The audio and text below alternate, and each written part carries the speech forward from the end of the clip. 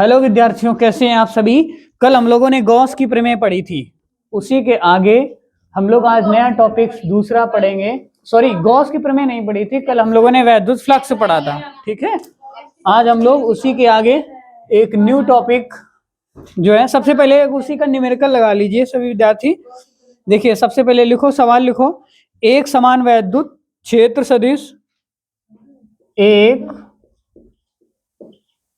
समान वैद्युत क्षेत्र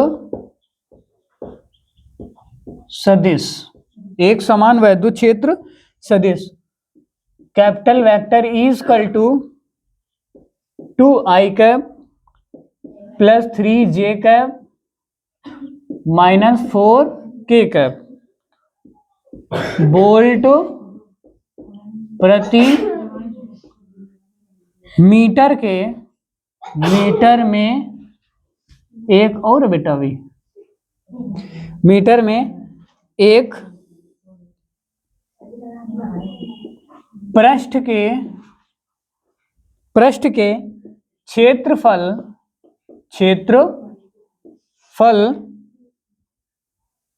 vector A equal to 3i cap minus 2j cap plus 1k cap से गुजरने वाले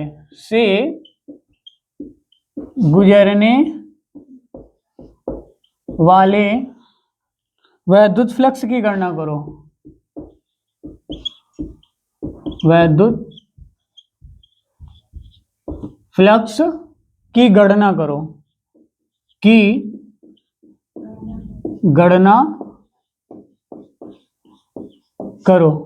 ठीक है भैया, चलो इसको हम लोग सॉल्व करते हैं। ठीक है, सबसे पहले आप लोग जो है सॉल्व करेंगे विधिवत, इसके बाद में हम अभी सॉल्व करते हैं। देखो, सबसे पहले क्या करते हैं, एक समान वैद्युत क्षेत्र सदिश वेक्टर ई। तो देखो, vector E is equal to तुम्हारा कितना है, 2i cap plus 3j cap minus 4k cap. ठीक है, ये था। और वेक्टर ए इक्वल टू भैया कितना है, 3i cap plus minus 2j cap plus 1k cap, है ना भैया। तो बेटा इस तरीके से था, और फिर लिखा है से गुजरने वाले वैद्युत फ्लक्स की गणना करो। से गुजरने वाले वैद्युत फ्लक्स की गणना करनी है हमें। तो वैद्युत फ्लक्स हमने कल ही आपको पढ़ाया था। वैद्युत फ्लक्स सबसे पहले डेफिनेशन बताएंगे क्या होता है, कि हमने बताया था किसी वैद्युत क्षेत्र मतलब ऐसे क्षेत्रफल जिसमें वैद्युत फ्लक्स मतलब कि जिसमें वैद्युत बल रेखाएं निकल रही हो, तो बल रेखाओं की जो कुल संख्या होती है उसे क्या बोलते हैं, वैद्युत फ्लक्स कहते हैं। ठीक है ना, उसे क्या बोलते हैं, वैद्युत फ्लक्स कहते हैं। तो देखो, फाई इक्वल टू हमने बताया था, फाई इक्वल टू क्या था, vector E dot product vector A. तो वेक्टर ई का वैल्यू कितना है, 2i cap plus 3j cap और माइनस का 4k कैप। ठीक है, डॉट प्रोडक्ट ध्यान से देखना, 3i cap minus 2j cap और प्लस 1k कैप। ठीक है, अब जरा देखो, i सेम सदिश का मल्टीप्लाई सेम सदिश के साथ होगा। देखो पहले 2 का गुणा, देखो i है ना इसमें, तो 2 का भैया देखो 2 का मल्टीप्लाई किसके साथ होगा, 3 के साथ। फिर i कैप और डॉट प्रोडक्ट, देखो i cap dot product i cap, दोनों प्लस के थे तो प्लस का आया। ठीक है, अब देखिए ये प्लस का है और ये माइनस का है, जे का गुणा होगा। ठीक है, दूसरे सदिश का। तो बेटा क्या आएगा, माइनस प्लस गुणे माइनस माइनस, फिर 3 इंटू 2, फिर दोनों जे कैप हैं तो क्या लिखेंगे, जे कैप डॉट जे कैप, जे कैप डॉट जे कैप। फिर देखिए ये माइनस का और ये प्लस का, तो माइनस गुणे प्लस क्या होगा, माइनस। बेटा ये 4 का मल्टीप्लाई किसमें करेंगे, 1 में करेंगे, तो 4 1 जा, ठीक है, 4 इंटू 1। और इधर क्या हुआ, के कैप और डॉट प्रोडक्ट के कैप। आप जानते हो, हमेशा याद रखना, हमेशा जो सेम सदिश होते हैं उनका जो डॉट प्रोडक्ट होता है वो उसका मान होता है 1। I cap dot I cap equal to क्या हो जाएगा, 1। J cap dot J cap is equal to क्या हो जाएगा, क्रॉस प्रोडक्ट लगाओ इसमें, क्या हो जाएगा 1, इन सब में क्रॉस है, ठीक है। और के कैप क्रॉस के कैप इक्वल टू क्या हो जाएगा 1, दोनों का वैल्यू 1 होगा। तो इसका वैल्यू क्या हो गया 1, इसका भी 1 हो गया और इसका भी भैया 1 हो गया। तो देखो आंसर क्या आया, 2 इंटू 3 कितना है 6, माइनस 6 और माइनस का 4, ये खत्म, कितना बचा माइनस का 4, 5e। आ गई ना बात समझ में। इसका मात्रक क्या लिखा था कल, वोल्ट मीटर, क्या लिखेंगे वोल्ट मीटर। आ गई बात समझ में, ठीक है। अब अगला टॉपिक हम लोग पढ़ेंगे गॉस की प्रमेय। हाँ हम लोग पढ़ते हैं गॉस की प्रमेय। अब देखो गॉस की प्रमेय क्या होती है, गॉस का नियम, बहुत ही इंपॉर्टेंट टॉपिक है यूपी बोर्ड एग्जाम के लिए तुम्हारे।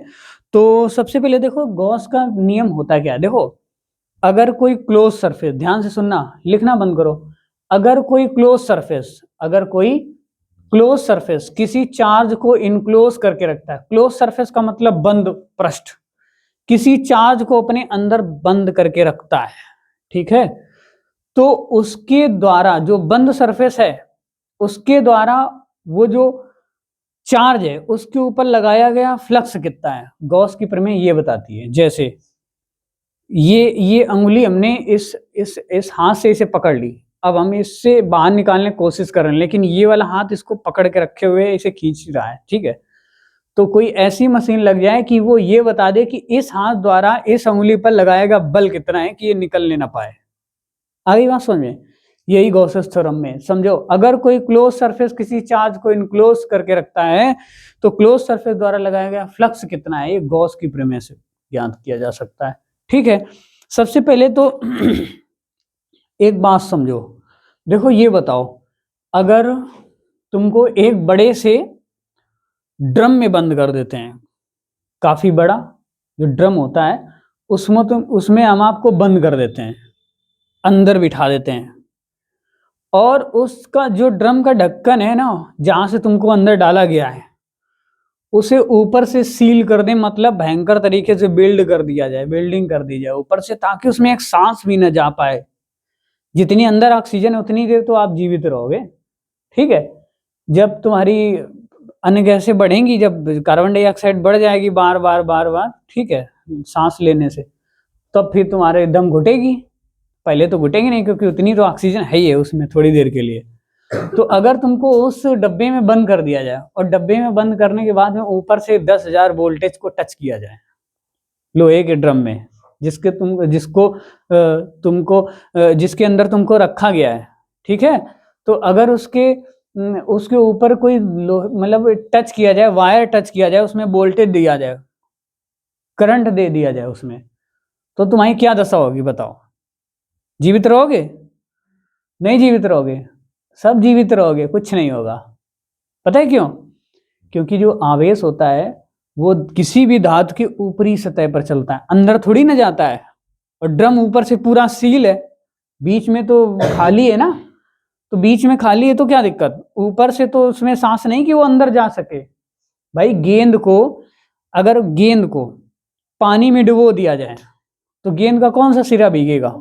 ऊपरी सिरा भीगेगा। तो ऊपरी सिरा जो भीगेगा तो वही चार्ज वही उतनी ही जगह में चार्ज फैलेगा, ये समझो, अंदर की सतह पर नहीं जाएगा। एक कार है और बिजली खूब कस के तड़क रही है, ठीक है, तड़ित बिजली जो आकाशीय बिजली होती है वो खूब कस के बड़ी तेजी से तड़क रही है।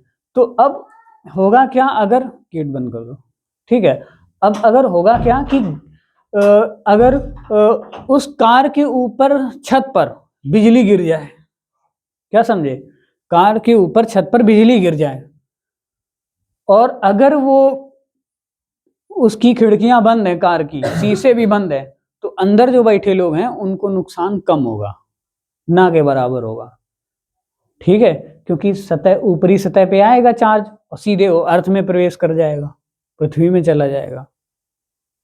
आ गई ना बात समझ में?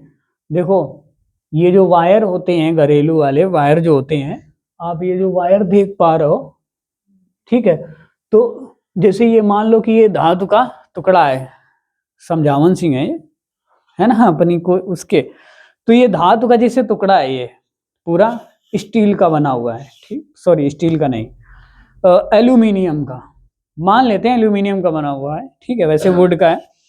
तो इसमें अगर करंट फ्लो की जाए तो इसकी जो ऊपरी सतह है ना उसमें करंट लगेगी, इसके अंदर जाके तुम टच करोगे तुमको नहीं लगेगी, तुम अंदर जाओगे कैसे? अगर तुम चले गए अंदर तो आवेश नहीं जा पाएगा, आवेश भी तो चले जाएगा, क्योंकि आवेश तो बहुत ही छोटा होता है, ठीक है। तो अगर तुमको किसी ड्रम में बंद कर दिया जाए, ऊपर से बिजली प्रोवाइड कर दी जाए, तो तुम जिंदा रहोगे, टेंशन न लेना, ठीक है। जब भी कभी तड़ित बिजली तुमको लगे, तो जब आकाशीय बिजली धड़क के नीचे की ओर जब गिरती है ना, तो पता है उससे 2 से 3 सेकंड पहले आपके अगल बगल जो है जो चार्ज थोड़ा सा आ जाता है, चार्ज बॉडी पे आ जाने से क्या होगा कि तुम्हारे रोमे जो है ना, ये छोटे छोटे रोमे होंगे तुम्हारे, ये खड़े हो जाएंगे, 2-3 सेकंड का समय लगे, तब तक बिजली नीचे गिर जाएगी, उतनी देर समझ लेगा, मौका नहीं मिलेगा। तो अगर वायर की लंबाई बड़ी होगी, ठीक है, तो रेजिस्टेंस ज्यादा रहेगा, तो तुमको उस समय क्या करना है, कान में उंगली डाल के अपनी गर्दन को, ये जो ये गांठियां हैं, पैर की गांठें हैं, इनके बीच में रख लेना है, इसे बोलते हैं उकड़ू बनो। आ गई बात समझ में? उकड़ू बनो। ये जो तड़ित बिजली होती है, ये कृषि के लिए, खेती के लिए बहुत ही उपजाऊ होती है। इसके नाइट्रस ऑक्साइड, ये ऑक्सीजन से अपक्रिया करके नाइट्रस ऑक्साइड बनाती है, और ये क्या होती है हम बता चुके हैं शायद एक बार तुम लोगों को, है ना। ये जल में घुलकर फिर जब बारिश होती है तो वो खेतों के लिए बहुत तुम्हारे लाभदायक होती है, उपजाऊ खेत बनाते हैं, क्योंकि उसमें हाँ बिजली वो जो बिजली होती है, जब आकाशीय बिजली जब ये चमकती है, तो ये जब नहीं तर बड़ी तेजी से चमकती है, तो ये नाइट्रस ऑक्साइड बनाकर और ये ओजोन का निर्माण करती है।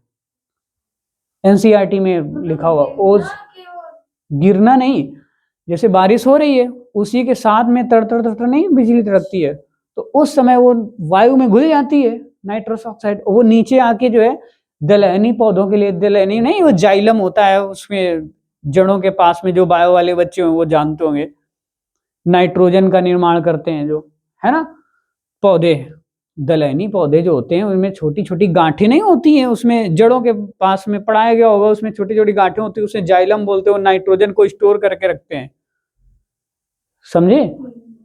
ठीक है, तो बात छोड़ो, बायोलॉजी की बात है, इस पर डिस्कस नहीं करेंगे, इतना ज्यादा हमको पता नहीं, ठीक है, लेकिन फिर भी हम तुमको बेसिक जो है वो बता दे रहे हैं। तो अगर जो है मान लो कि किसी धातु के गोले के ऊपर, अगर धातु के गोले के ऊपर, जैसे ये धातु का मान लो ये गोला है, लोटा है हमारे यहाँ का, ये धातु का गोला है, पूरा नीचे तक भी बंद है, और इसके ऊपर अगर आवेश डाल दें हम लोग, क्या डाल दें, आवेश, तो बिटिया क्या होगा, चारों दिशाओं से वैद्युत बल रेखाएं बाहर की ओर निकलेंगी कि नहीं निकलेंगी, हैं? और ये गोला कैसा है, ये तो वृत्त की तरह पूरा गोल है ना, तो इस गोले को हम लोग यहां पर मान लेते हैं ये एक गोला है, और इस पर हम लोग क्या फैला देते हैं, धन आवेश, क्या फैला देते हैं, धन आवेश। बिटिया ये जो गोले की त्रिज्या है, ये पॉइंट, इसे क्या बोलते हैं, मिड पॉइंट, केंद्र बोलते हैं, क्या बोलते हैं, सेंटर बोलते हैं गोले की बीच की त्रिज्या। अब इसके ऊपर ये जो गोला है, अब इसके ऊपर क्या करते हैं, एक सरफेस एरिया, ये पूरे का क्षेत्रफल क्या मान लेते हैं हम लोग, ए संपूर्ण पृष्ठ है ना, ये गोले का संपूर्ण पृष्ठ क्या होता है, 4 pi r square, 4 pi r cube, है ना, 4 पाई गोले का है बता रहे हैं, है ना, 4 पाई आर क्यूब।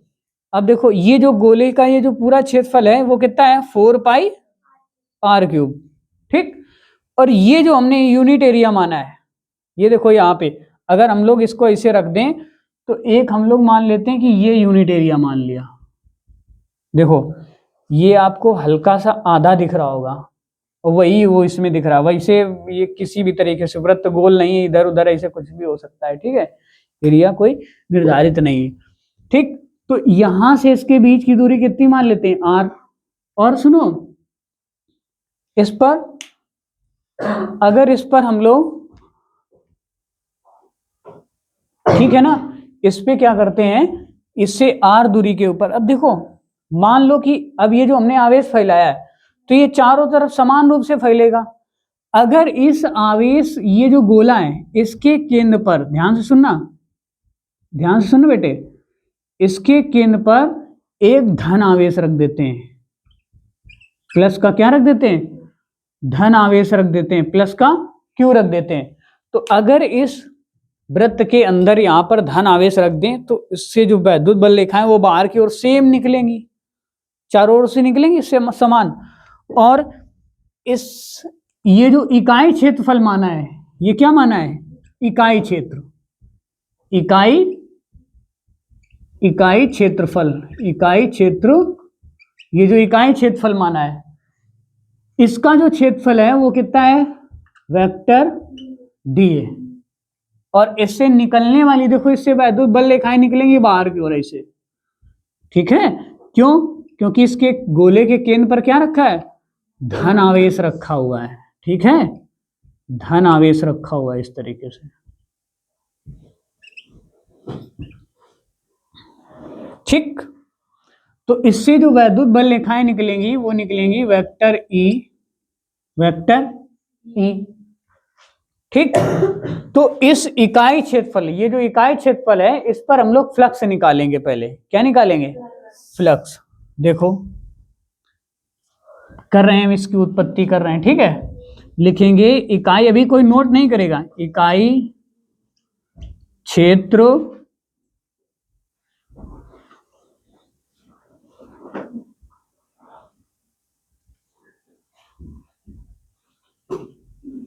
क्षेत्र पर फ्लक्स, इकाई क्षेत्रफल, क्षेत्र पर flux, phi E equal to, phi E equal to क्या होगा, flux vector E dot vector D A. बेटा देखो वेक्टर ई डॉट वेक्टर बेटा डी ए, ये कल याद आया तुम लोगों को। अच्छा ये बताओ, इनसे निकलने वाली वैद्युत, ये जो फ्लक्स, ये जो क्षेत्रफल तुमको दिख रहा है, ये मान लो ये दिख रहा है, ठीक है, इससे वैद्युत बल रेखाएं भी किधर की ओर जा रही हैं, ऊपर की ओर। और इसका जो अनुप्रस्थ काट के क्षेत्रफल की दिशा है वो भी किधर की ओर है, ऊपर की ओर, सेम डायरेक्शन में है। तो इनके बीच में एंगल कितना लगेगा बताओ, 0 डिग्री।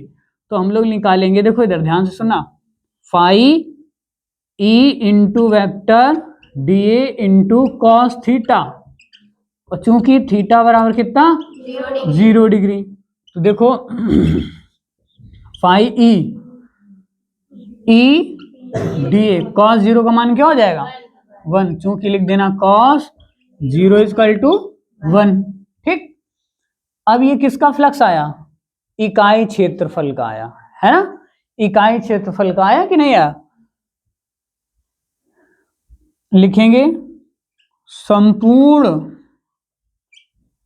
पृष्ठ का फ्लक्स, फ्लक्स ज्ञात करने के लिए, ज्ञात,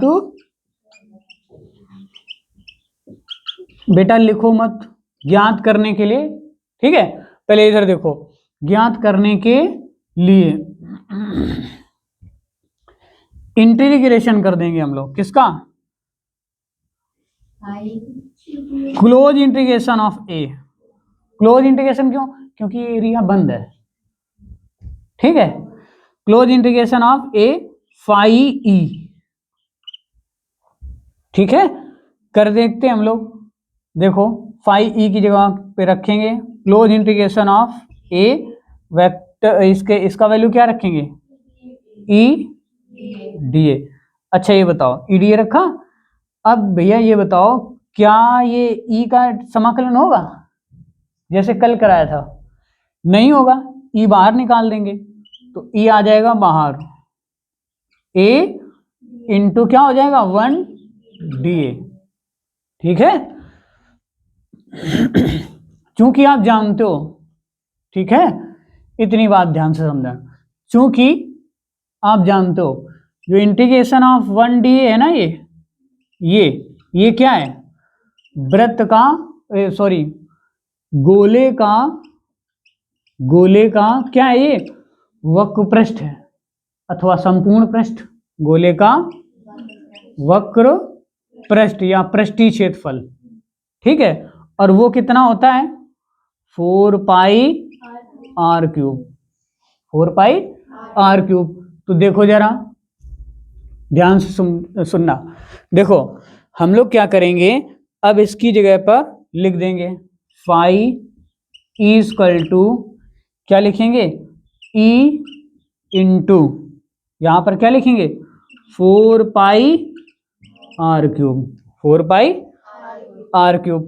तो फाई इक्वल टू, अच्छा ये बताओ, तुम ये भी जानते हो इक्वल टू क्या होता है, 1/4πε0 इंटू Q/r², जानते हो ना।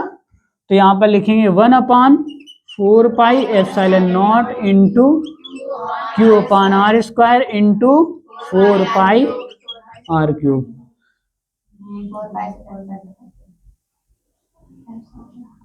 क्या बचेगा,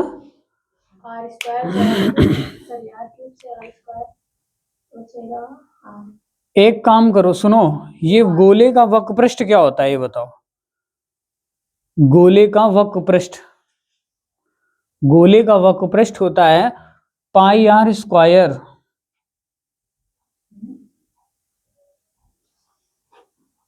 समझे, गोले का वक्र पृष्ठ देखो जरा क्या होता है, πr² होता है, यार ये गड़बड़ हो गया, πr², ठीक है, गोले का वक्र पृष्ठ, ठीक है। उसके लिए सॉरी, देखो ध्यान से वो कर लेना, ठीक है, 4πr², ठीक। तो देखो बेटा 4π से 4π क्या हो जाएगा, खत्म, और r² से r² खत्म, बचा कितना, फाई इक्वल टू Q/ε0, ठीक है। याद रखना, देखो मिस अंडरस्टैंडिंग हो गई, समझ में आई बात। वो जो गोले का वक्र पृष्ठ होता है क्या होगा, 4πr², ठीक है ना। तो ये जो क्षेत्रफल होगा, हैं कहाँ पे स्क्वायर तो है, अच्छा ये, हाँ यहाँ पर क्या कर देंगे बेटा, 4πr², ठीक। तुम लोगों ने सही बोला था, मैं ध्यान से उचट गया था ऊपर। देखो आ गई ना बात समझ में। तो लिखो, थोड़ा सा लिखो इसमें, लिखो माना एक बिंदु, लिखो पहले इसके ऊपर थोड़ा सा लिख दो, देखो लिखो पहले, माना एक बिंदु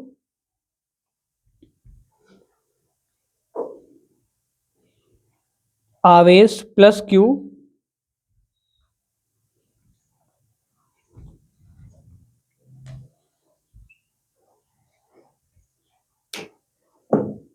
प्लस Q, एक बंद पृष्ठ कैपिटल A, एक बंद पृष्ठ कैपिटल A, एक बंद पृष्ठ कैपिटल A, कोष्टक में लिखो लगभग गोलाकार पृष्ठ, लगभग गोलाकार पृष्ठ,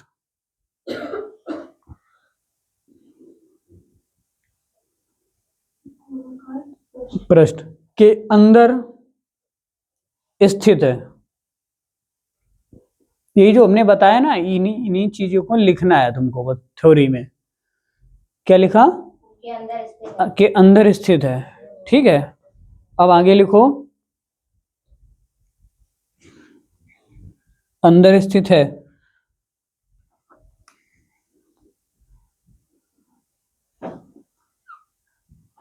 इस पृष्ठ से सभी दिशाओं में, इस पृष्ठ से सभी दिशाओं में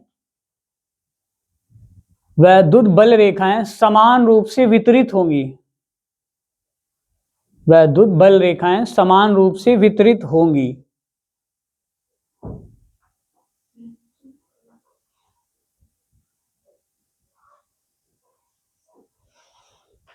समान रूप से क्या होंगी, वितरित होंगी,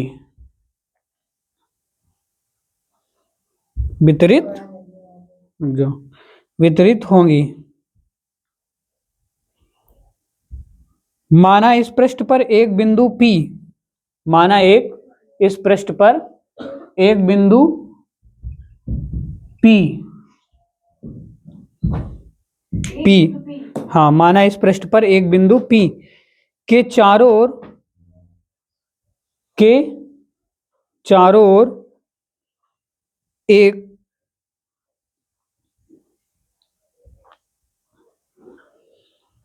लघु क्षेत्रफल अवयव, चारों ओर एक लघु क्षेत्रफल अवयव DA स्थित है, DA स्थित है, DA स्थित है।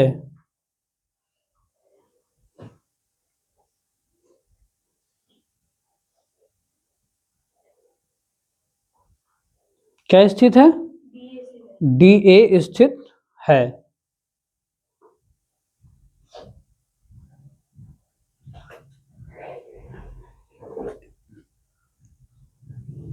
इस पृष्ठ से बिंदु O की दूरी स्मॉल r है, इस पृष्ठ से बिंदु O की दूरी स्मॉल r है।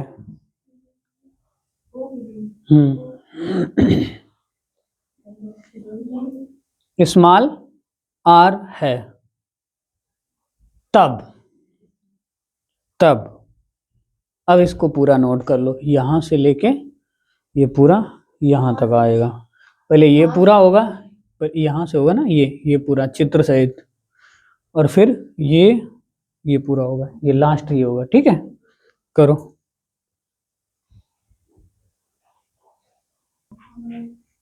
देखो यहां तक तो आ गया होगा कल वैद्युत फ्लक्स। ठीक है, इसके बाद में संपूर्ण पृष्ठ का फ्लक्स ज्ञात करने के लिए हम लोग क्या करेंगे, इस वाले ये जो वैद्युत फ्लक्स है इसका क्या कर देंगे, समाकलन कर देंगे। तो समाकलन जैसे ए के सापेक्ष करेंगे, क्लोज इंटीग्रेशन है ना, क्लोज ये पृष्ठ है ना, ये ए के सापेक्ष करेंगे।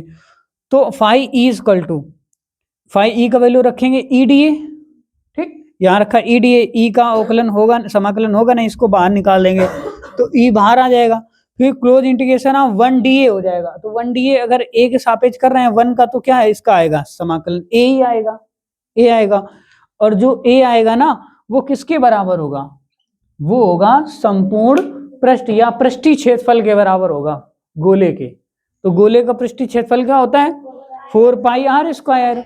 तो हम लोग यहाँ पर E गुणे 4 पाई r स्क्वायर लिख दिया इसकी जगह पर, इतने ये जो इतना टाउन एरिया है इसकी जगह पर क्या लिख दिया, 4 पाई r स्क्वायर। ठीक है, अब देखो E का वैल्यू जानते हो, वैद्युत क्षेत्र की तीव्रता है ना। ये वैद्युत क्षेत्र की तीव्रता क्यों लगा रहे हैं, यहाँ पर जो आवेश रखा है, ये आवेश इस बिंदु P पर वैद्युत क्षेत्र की तीव्रता ये तो लगाएगा, बल थोड़ी ना लगाएगा। कूलाम का नियम से हम लोग निकालने तो है ना, क्यों, क्योंकि यहाँ पर आवेश तो है नहीं, कोई बिंदु हमने माना है।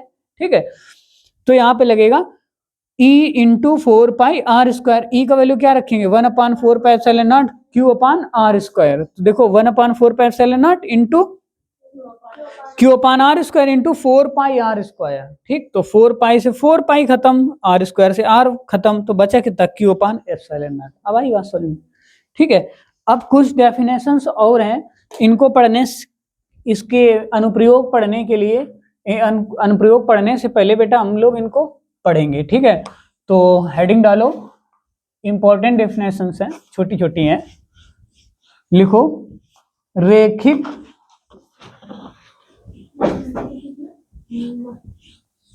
आवेश वितरण,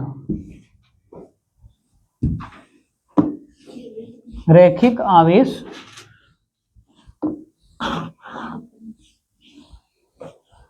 वितरण।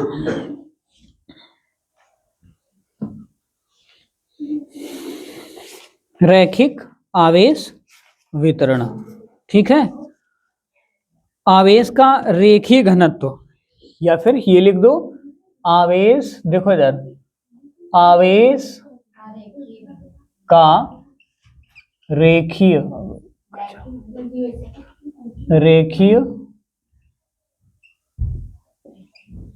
घनत्व, ठीक है। आवेश, हाँ उसी का नाम दूसरा, ठीक है, रेखीय घनत्व। फिर अब दूसरा ध्यान से सुनना बेटा, बात नहीं बस, देखो आवेश, आवेश का पृष्ठीय घनत्व, पृष्ठीय घनत्व, आवेश का आयतन, आयतन पृष्ठ घनत्व, ठीक है। देखो देखो ध्यान से सुनना, आप देखो ध्यान से सुनो, अगर किसी आवेश को, देखो ये छड़ी है, ये अगर लोहे की बनी हो, अनंत लंबाई की हो, और इसके ऊपर आवेश भी छोड़ दिया जाए, तो इसमें क्या होगा, इसके पूरी लाइन में लीनियर, रैखिक रूप से पूरा आवेश फैल जाएगा इसके ऊपर, और इससे वैद्युत बल लिखा है चारों दिशाओं में इसे निकलने लगेगी, ठीक है, नीचे तक पूरी अनंत लंबाई की है ना, तो ये और ये सिरा पता नहीं कितना है, और ऊपर तक होगा, ठीक। तो जब भी आवेश को किसी रैखिक पृष्ठ पर, मतलब किसी रेखी माध्यम में फैलाया जाता है, ठीक है, रैखिक पृष्ठ पर फैलाया जाता है या रेखी माध्यम में फैलाया जाता है, तो उसे क्या बोलते हैं, आवेश का पृष्ठीय घनत्व। अथवा यदि कोई आवेश Q, यदि कोई आवेश क्या Q लंबाई L के किसी रेखा पर एक समान रूप से वितरित किया जाए, क्या कहोगे, यदि कोई आवेश Q, यदि कोई आवेश, लिख दें क्या, लिखना नहीं तुम लोग, यदि कोई आवेश, यदि कोई आवेश, यदि कोई आवेश Q, यदि कोई आवेश Q लंबाई L, लंबाई L की किसी रेखा पर, किसी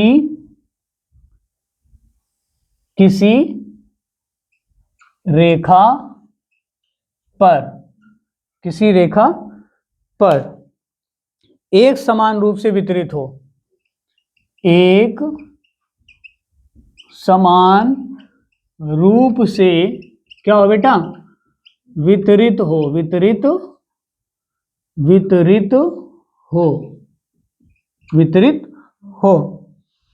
तो प्रति एकांक लंबाई पर, तो प्रति एकांक लंबाई पर वितरित आवेश को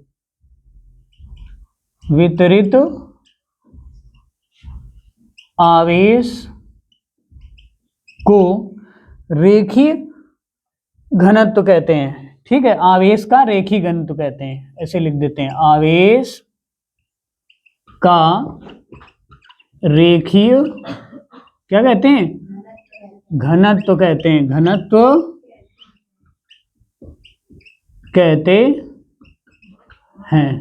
रेखीय घनत्व कहते हैं। लेमडा इजकल टू क्यू अपान क्या होगा, एल, लेमडा इजकल टू क्या होगा, क्यू अपान एल, ठीक है।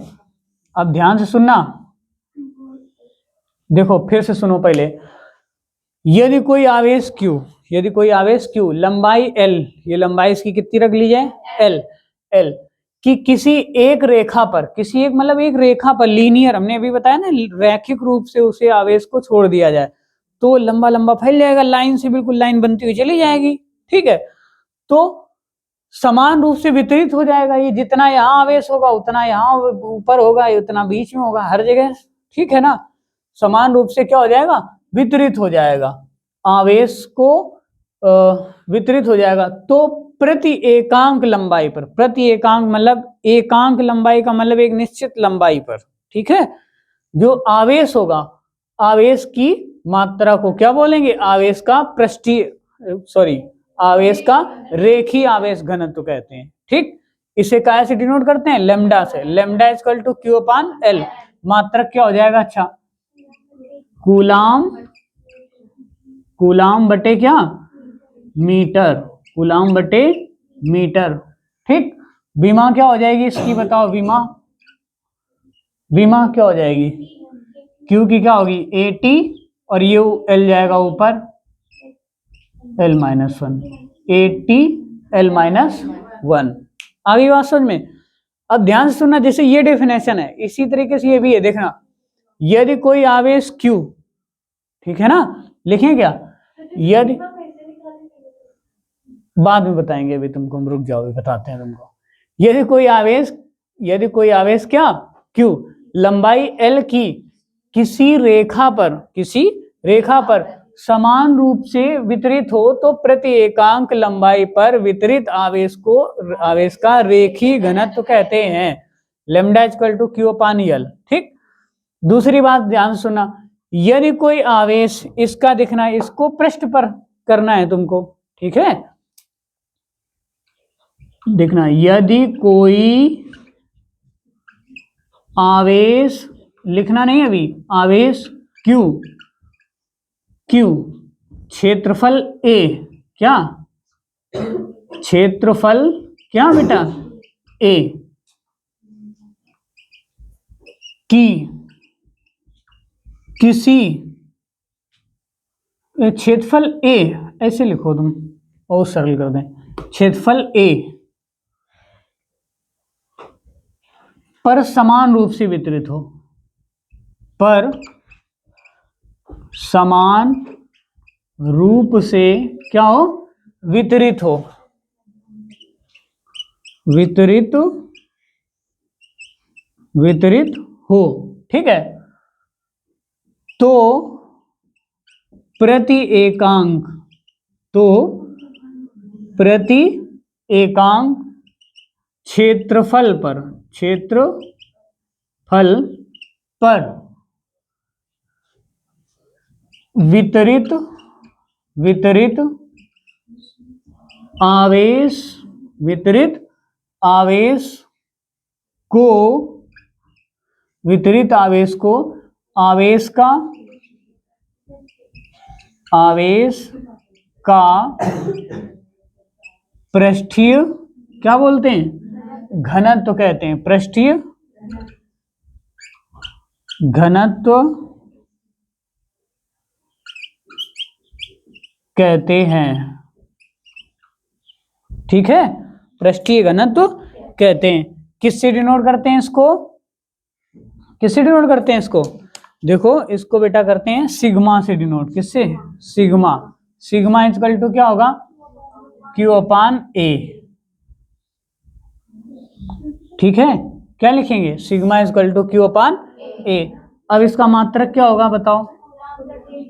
कूलाम प्रति मीटर स्क्वायर। ठीक है, इसकी विमा कैसे निकालेंगे? विमा, विमा आवेश की क्या होगी? एटी, आवेश की क्या होगी? एटी, और एल नीचे मीटर की है ना, मतलब मीटर स्क्वायर होगा ना इसका क्षेत्रफल, तो इसकी हो जाएगी एल, और एल जाएगी ऊपर, तो एल क्या हो जाएगी? एल माइनस का टू, एल माइनस का टू। आ गई बात समझ में? आवेश का आयतन पृष्ठ घनत्व पढ़ते हैं। क्या पढ़ते हैं? आवेश का आयतन पृष्ठ घनत्व। अब ध्यान से सुनना, बिल्कुल इसी डिफिनेशन बनाती है। यदि किसी आवेश, यदि कोई आवेश, यदि कोई क्या आवेश, ठीक है, Q आयतन, आयतन V पर समान रूप से, समान रूप से, समान रूप से वितरित हो, क्या हो? वितरित हो, तो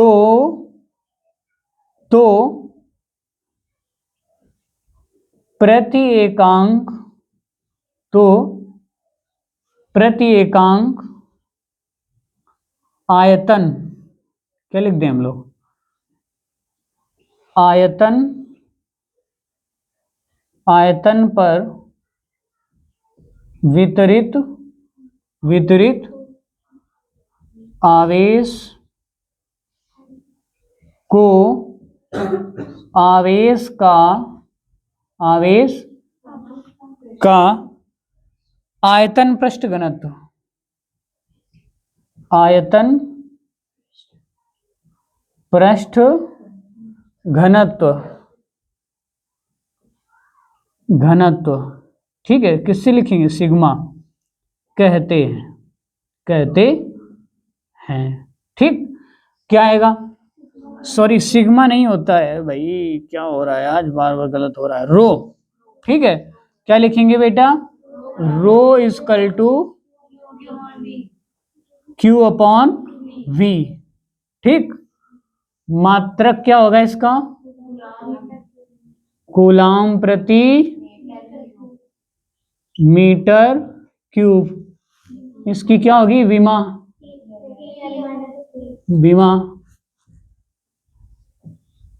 ATL माइनस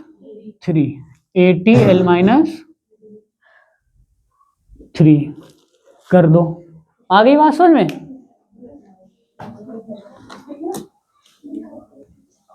तो समझ में आया सभी को। इसमें क्या होता है, जो आवेश होता है, देखो एक लीनियर माध्यम में फैला दिया जाता है, ध्यान से सुन लो पहले बेटा, जो आवेश होता है वो लीनियर रैखिक माध्यम पे फैला दिया जाता है, ठीक, किसी लाइन पर फैला दिया, इस स्टैंड पे फैला दिया जाए आवेश को, ठीक है, तो वो क्या कहलाएगा, रेखिक आवेश घनत्व। अगर एकांक क्षेत्रफल में एक प्रति एकांक लंबाई पर जो आवेश वितरित होगा उसे क्या बोलेंगे, रैखिक आवेश का रैखिक घनत्व या रैखिक आवेश वितरण, ठीक। दूसरा lambda equal to Q upon L, ठीक है, जिस पे फैलाया गया।